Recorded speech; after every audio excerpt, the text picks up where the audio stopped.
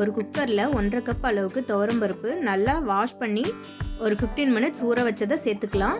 அடுத்ததாக ஒரு 10 போல் சின்ன வெங்காயம், ஒரு 10 பல் போல் பூண்டு, அடுத்ததாக காரத்துக்கு ஏற்ப பச்சை மிளகாய், 2 மீடியம் சைஸ் தக்காளி கட் பண்ணி வச்சது, 1 பிஞ்ச் மஞ்சள் தூள், 1 பிஞ்ச் பெருங்காயத்தூள், 1 பிஞ்ச் சீரகம், இதெல்லாம் சேர்த்து தேவையான அளவு தண்ணி சேர்த்துக்கலாங்க. இது எல்லாமே மூழ்கிற அளவுக்கு தண்ணி இருந்தால் சரியாக இருக்கும். இதை ஒரு தடவை நல்லா மிக்ஸ் பண்ணி விட்டுட்டு மூடி வச்சு 5லேருந்து 6 விசில் வரைக்கும் வேக வச்சு எடுத்துக்கலாங்க. இப்போ அடுத்ததாக ஒரு பாத்திரத்தில் 4 டேபிள் ஸ்பூன் அளவுக்கு ஆயில் சேர்த்துருக்கேங்க. இதில் கடுகு, உளுந்து, மிளகு, சீரகம் இது எல்லாத்தையும் சேர்த்து நல்லா தாளிச்சிக்கலாங்க.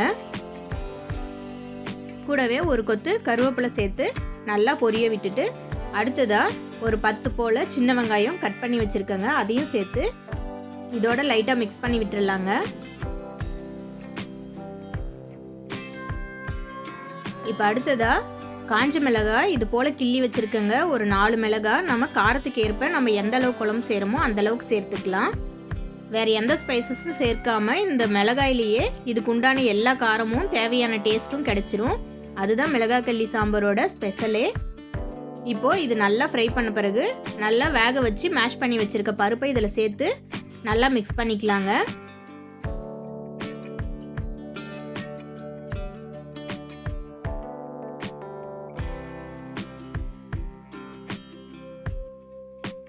அடுத்ததா சாம்பாருக்கு தேவையான அளவு தண்ணி சேர்த்துக்கலாங்க. கூடவே சாம்பாருக்கு தேவையான அளவு உப்பும் சேர்த்துக்கலாங்க.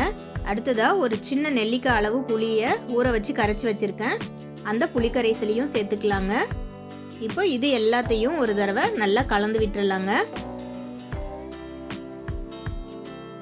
இப்போ இந்த ஸ்டேஜில் இதை மூடி வச்சு ஒரு 5 நிமிஷம் போல் நல்லா கொதிக்க விட்டு எடுத்துக்கலாங்க. இப்போது 5 நிமிஷம் போல் கொதிச்சிருச்சிங்க. அவ்வளோதான், நம்ம மிளகாய் கிள்ளி சாம்பார் சூப்பராக ரெடி ஆகிடுச்சிங்க.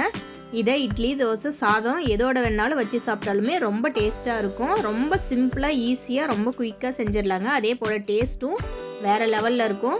கண்டிப்பாக இதே போல் நீங்களும் இதே மெத்தடில் ட்ரை பண்ணி பாருங்கள். இப்போ கடைசியாக வாசனைக்காக கொஞ்சமாக கருவேப்பிலை மட்டும் கிள்ளி அதுக்குள்ளே சேர்த்து அடுப்பை ஆஃப் பண்ணிடலாங்க. அவ்வளோதாங்க. இந்த வீடியோ உங்களுக்கு பிடிச்சிருந்தா லைக் பண்ணுங்கள், ஷேர் பண்ணுங்கள், மறக்காமல் நம்ம சேனலை சப்ஸ்கிரைப் பண்ணுங்கள். நெக்ஸ்ட் வீடியோவில் பார்க்கலாங்க. பாய்.